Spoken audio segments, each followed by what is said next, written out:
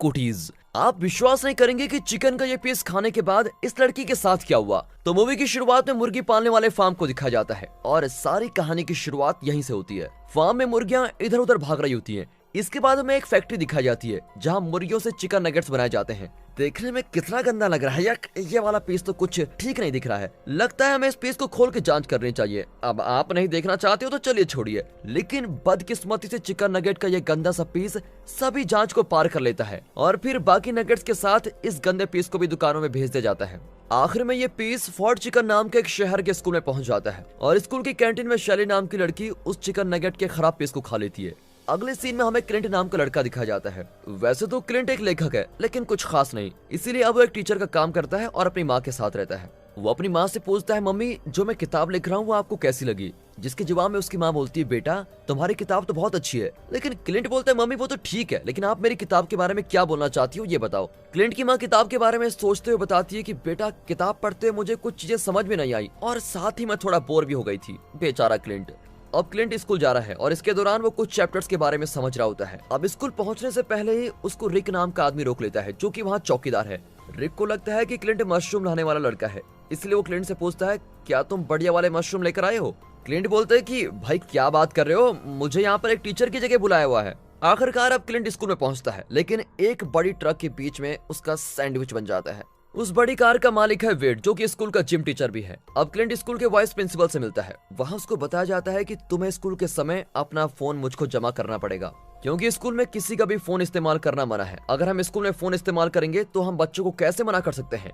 उसके बाद क्लिंट सभी टीचर्स वाले कमरे में पहुंचता है जहां उसको रेबेका मिलती है। रेबेका सख्ती से क्लिंट को समझाती है, तुम कभी मेरे चेहरे का मजाक मत बनाना, क्योंकि मेरे पास हमेशा एक अलार्म बटन है और बटन को एक बार दबाया तो मेरी रखवाली करने वाला आ जाएगा। इसके बाद कॉफी लेने के लिए वहाँ वेड आता है। क्लिंट वेड से बातचीत शुरू करने की कोशिश करता है, लेकिन वेड आता है और उसको ऊपर से नीचे देखता है। अब क्लिंट सोचता है कि हे भगवान, मेरा दिन कितना बुरा जा रहा है। अब इसके बाद ही आखिरकार क्लिंट को अपने आज के दिन की पहली अच्छी चीज दिख जाती है। वो एक लड़की को देखकर बोलता है, लूसी क्या ये तुम हो? वो लड़की क्लिंट की क्लास में पढ़ती थी और आज वो लूसी से 15 साल बाद मिला है। उन दोनों के बीच जल्दी ठीक ठाक बातचीत भी होने लग जाती है और लूसी तो खुशी से बहुत मुस्कुरा रही होती है। लूसी बोलती है, मैंने सुना था कि तुम अपने सपनों को पूरा करने के लिए न्यूयॉर्क गए थे। जिसके जवाब में क्लिंट बोलता है, हाँ मैं गया तो था, लेकिन अभी के लिए मैं थोड़ा आराम करना चाहता हूँ। इस सब के दौरान डो नाम का एक टीचर किताब पढ़ रहा होता है और किताब का नाम है कैसे लोगों से सामान्य बातचीत करें। वो बड़ी अजीब तरीके से आता है और बोलता है, बाप रे बाहर तो बहुत बुरे हाल है गर्मी से। बेचारा शरीफ क्लिंट बोलता है, हाँ वो तो बिल्कुल सही बोल रहे हो तुम। तभी वहाँ पर वेड आता है और डो चुपचाप वहाँ से खिसक लेता है। दोनों एक दूसरे से हाथ मिलाकर बोलते हैं, तुमसे मिलकर अच्छा लगा। लेकिन इसके बाद पार्किंग में जो कुछ आज हुआ था, क्लिंट उस बारे में वेड से बात करता है। अब वेड को पता लगता है कि क्लिंट एक लेखक है, इसलिए वो क्लिंट से पूछता है, दोस्त तुम्हारी अगली बुक किस बारे में होने वाली है? क्लिंट जवाब देता है, किताब एक आदमी के बारे में है जिसके पास एक बढ़िया सा धनुष है। अब वेड मजाक बनाने के लिए कहता है कि ऐसी किताबें तो बहुत है मार्केट में, तुम कुछ नया क्यों नहीं बनाते। अब अगला सीन एक क्लास का दिखाया जाता है। दो लड़के शैली को चिढ़ा रहे होते हैं। वो दोनों छोटे से लड़के शैली को गाली दे रहे होते हैं। अब क्लास के बाहर ही लूसी क्लिंट को उसकी क्लास तक लेकर आती है। तभी क्लिंट बोलता है, ये वेड बहुत ही बेकार आदमी है। लूसी हंसते हुए बोलती है, अरे वो तो मेरा बॉयफ्रेंड है। अब क्लिंट क्लास में आता है और अपना नाम बोर्ड के ऊपर लिखता है। एक बच्चा बोलता है, सर आपका नाम तो कुछ और ही लग रहा है। बेचारे क्लिंट का नाम तो इंग्लिश के एक अश्लील शब्द से मिलता है। क्लिंट ताना देते हुए बोलता है, वाह बेटा ये तो बहुत अच्छा मजाक था, चलो अब मुझे अपना नाम बताओ। लड़का अपना नाम पेट्रोट बताता है। वो गर्व से बोलता है, देखा मैं एक दिन फौजी बनूंगा। क्लिंट बोलता है कि ओके ठीक है, बहुत अच्छी बात है, अब हमारी पढ़ाई करने की बारी है। क्लिंट की क्लास में कैल्विन नाम का एक बच्चा है जो कि क्लिंट की किताब पढ़ने के लिए आगे आता है। वाह क्लिंट, अपनी किताब को प्रमोट करने का ये तो अच्छा तरीका है, चलो जो भी है। कैल्विन किताब पढ़ता है और क्लिंट बैठा अपनी किताब को मजे से सुन रहा होता है। पेट्रियट के पास बैठी शैली घबराहट के साथ सांस ले रही होती है। अब शैली का ध्यान अपनी तरफ खींचने के लिए पेट्रियट आगे की तरफ झुकता है और बाप रे, तभी उसके हाथ में शैली का बाल आ जाता है। फिर शैली पेट्रियट पर झपट्टा मारती है और उसके गाल का थोड़ा हिस्सा काट लेती है। क्लिंट आता है और उन दोनों को अलग कर देता है, लेकिन इस चक्कर में क्लिंट को शैली नाखून से खरोच देती है। क्लिंट पेट्रियट को अपने साथ नर्स के पास लेके जाता है और नर्स बोलती है, हमें पेट्रियट की गाल को सिलना पड़ेगा। अब क्लिंट उसको चिढ़ाते हुए बोलता है, हमारे फौजी पेट्रियट, तुमको ये दर्द तो बर्दाश्त करना ही पड़ेगा। क्लास खत्म करने के बाद क्लिंट टीचर्स के कमरे में जाता है और लूसी से बातचीत करता है। इस सब के दौरान बाहर डिंक नाम का लड़का शैली का सामना करने के लिए आया होता है और बोलता है, ए लड़की, तुमने मेरे दोस्त को काटने की हिम्मत कैसे की? पर हम देखते हैं कि शैली तो वहाँ बैठी गड्ढा खोदने की कोशिश कर रही है और अचानक डिंक पर भी शैली हमला कर देती है और ऐसा होते ही एक कत्लेआम की शुरुआत हो जाती है। जहाँ जहाँ डिंक भागता हुआ जा रहा है वो सभी लोगों को नाखून मारते हुए इन्फेक्शन को फैला रहा है। वहाँ बैठा चौकीदार रिक ये सब कुछ होता हुआ देख लेता है, लेकिन दवाइयों के नशे में होने की वजह से वो कुछ कर भी नहीं पाता। फिर भी वो इस सब के बारे में स्कूल के प्रिंसिपल को बताता है। ये देखो इसको, ये तो बैठा सभी के फोन्स में ताका झाकी कर रहा है, बड़ा ही नॉटी बनता है। वेड भी वहीं बाहर है और अकेला ही बास्केटबॉल खेल रहा है। उसको स्कूल में चल रहे इन्फेक्शन के बारे में कुछ भी पता नहीं है। तभी उसका ध्यान क्लिंट और लूसी पर जाता है, जो कि उसको खिड़की से दिखाई दे रहे हैं। वो दोनों एक दूसरे से बातें करते हुए हंस रहे हैं। ओह, आखिरकार वाइस प्रिंसिपल बाहर आ ही जाता है और वहाँ चल रही गड़बड़ी को संभालने की कोशिश करता है, लेकिन उसको जल्दी बीमार हो चुके बच्चे पकड़ लेते हैं और बेचारे का चीर फाड़ कर देते हैं। इस सब के दौरान टीचर्स वाले कमरे में दिखाते हैं। डॉ बोलता है, बाहर तबाही चल रही है। सभी टीचर्स खिड़की पर इकट्ठा हो जाते हैं और वेड को देखते हैं। वेड को अभी अभी समझ में आ गया है कि वहाँ स्कूल में क्या चल रहा है। अब रेबेका अपने कमर पर लगा बटन दबाती है, जबकि वेड को तो बच्चों ने एक जगह घेर लिया है। वेड बोलता है, मैं फुटबॉल का स्टेट चैंपियन रह चुका हूँ, तुम बच्चे मुझसे पिटाई खाना चाहते हो क्या? अपने ये बात बोलते ही वेड जल्दी से भागने लगता है। वो धक्का मारते हुए अपने रास्ते में आने वालों से बचते बचते बड़ी मुश्किल से अंदर पहुंच जाता है। आखिर में वो स्कूल के अंदर पहुंचता है और बोलता है, बाप रे, ये छोटे बच्चे तो बड़े खतरनाक है। इसके कुछ समय बाद पुलिस वाला डेव वहां पर पहुंच जाता है और बोलता है, सब कुछ ठीक हो जाएगा, टेंशन मत लो। यहाँ तो देखो, अब तक शैली जमीन में गड्ढा खोदकर दूसरी तरफ पहुंच गई है। डेव वापस अपनी कार में जाता है, लेकिन बेचारे की पूरी किस्मत तो देखो, उसकी और मदद बुलाने से पहले ही बेचारा मारा जाता है। अब टीचर्स वाले कमरे में सभी में दहशत फैल जाती है जब पैट्रियट वहां पर आता है। पैट्रियट सीधा रेबेका पर हमला करने वाला होता है, लेकिन आखिरी समय पर वो बीच में से हट जाती है और रेबेका की जगह इस औरत को पैट्रियट की देशभक्ति की ताकत देखने को मिलती है। यहाँ वेड बड़ी मुश्किल से पैट्रियट को कबर्ड के अंदर बंद कर देता है। अब सभी के सभी मिलकर किसी सुरक्षित जगह पर जाने के लिए निकलते हैं। वो लाइब्रेरी पहुंचते हैं और वहाँ उनको कैल्विन मिलता है, जिसको देखकर सभी डर जाते हैं। अब सभी लोग गाने बजाने वाली कमरे की तरफ निकलते हैं और कैल्विन भी उन लोगों के साथ है।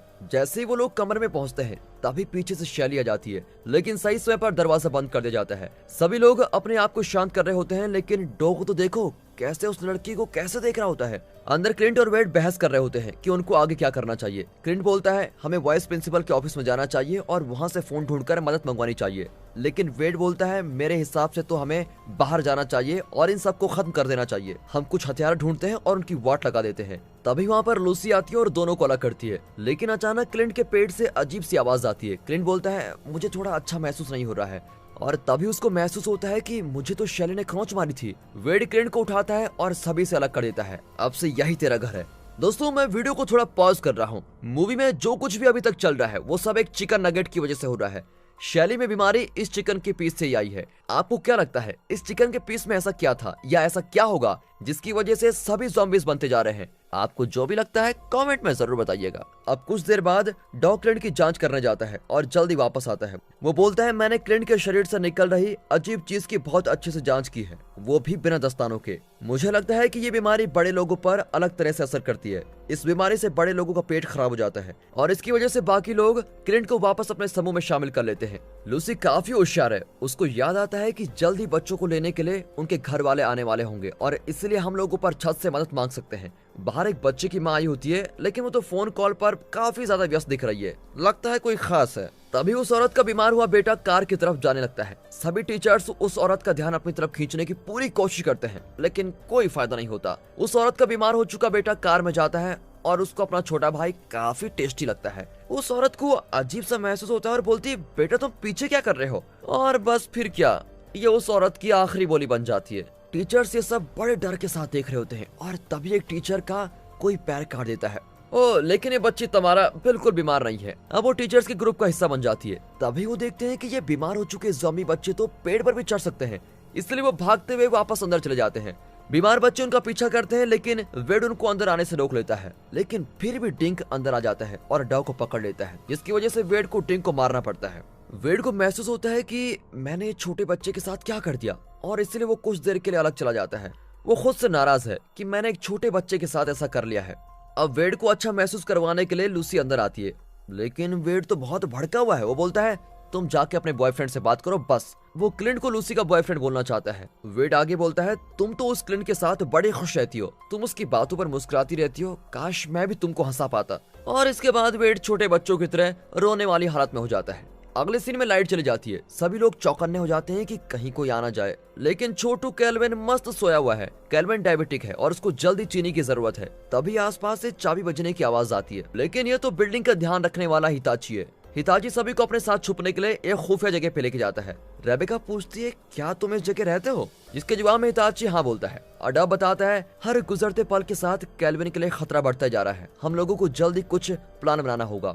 अब क्लिंट का ध्यान एयर टनल पर जाता है और बोलता है, अगर ये टनल वाइस प्रिंसिपल के ऑफिस तक जाती है तो हम अपने फोन वापस पा सकते हैं। अब हिताची उन एयर टनल का नक्शा निकालता है। अब जैसा कि क्लिंट बहुत छोटा है, इसीलिए उसको टनल से होते हुए ऑफिस तक जाने का काम दिया जाता है। क्लिंट अंदर जाता है तो डॉस को बोलता है, तुम याद रखना, अगर तुम नाकाम रहे तो सभी लोग मारे जाएंगे। फिर लूसी रेडियो छीन लेती है और वो भी क्लिंट का हौसला बढ़ाने के लिए कुछ बातें बोलती है, लेकिन वेड तो क्लिंट का मजाक बनाता है, जिसकी वजह से लूसी वेड से बड़ी तंग हो जाती है और बोलती है, मैं तुम सभी लोगों से नफरत करती हूँ, मैं भी क्लिंट के साथ जा रही हूँ।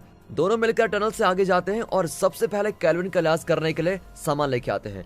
वहाँ पहुंचकर लूसी अलग हो जाती है और फोन ढूंढने का काम करने लगती है, लेकिन फोन मिलने पर उसको पता चलता है कि सभी फोन पहले ही तबाह हो चुके हैं। दूसरी तरफ क्लिंट पैसे डालकर खाना निकालने वाली मशीन से जुगाड़ लगाकर खाने के पैकेट निकालने की कोशिश कर रहा है, लेकिन ऐसा होने से पहले ही वहां पर इन्फेक्टेड हो चुकी एक बच्ची पहुंच जाती है। क्लिंट छुप जाता है और अपनी सांस की आवाज को रोकने की कोशिश करता है, लेकिन तभी उस छोटी बच्ची को और पेट्रोइड को उन लोगों की वहां होने का पता लग जाता है। लूसी वापस आती है और पेट्रोइड भी उनका पीछा करता है। क्लिंट और लूसी दोनों ही टनल में घुस जाते हैं, लेकिन उनके पीछे पीछे पेट्रोइड और बाकी बच्चे भी उस टनल में घुस जाते हैं। लूसी और क्लिंट के पास टनल में रुकने का कोई मौका नहीं होता, इसीलिए टनल के छेद से ही वो कैल्विन के लिए चॉकलेट फेंक देते हैं। और यहाँ इस वेड को तो देखो, ये टनल का रास्ता ही बंद कर देता है। दूसरी तरफ क्लिंट और लूसी एक अलग कमरे में जाकर छुप जाते हैं। अब क्लिंट लूसी को बताता है कि वो लूसी के लिए क्या महसूस करता है और साथ ही बताता है कि वो न्यूयॉर्क जाकर कुछ खास नहीं कर पाया। फिर ये बात सुनकर लूसी क्लिंट को किस करने लगती है।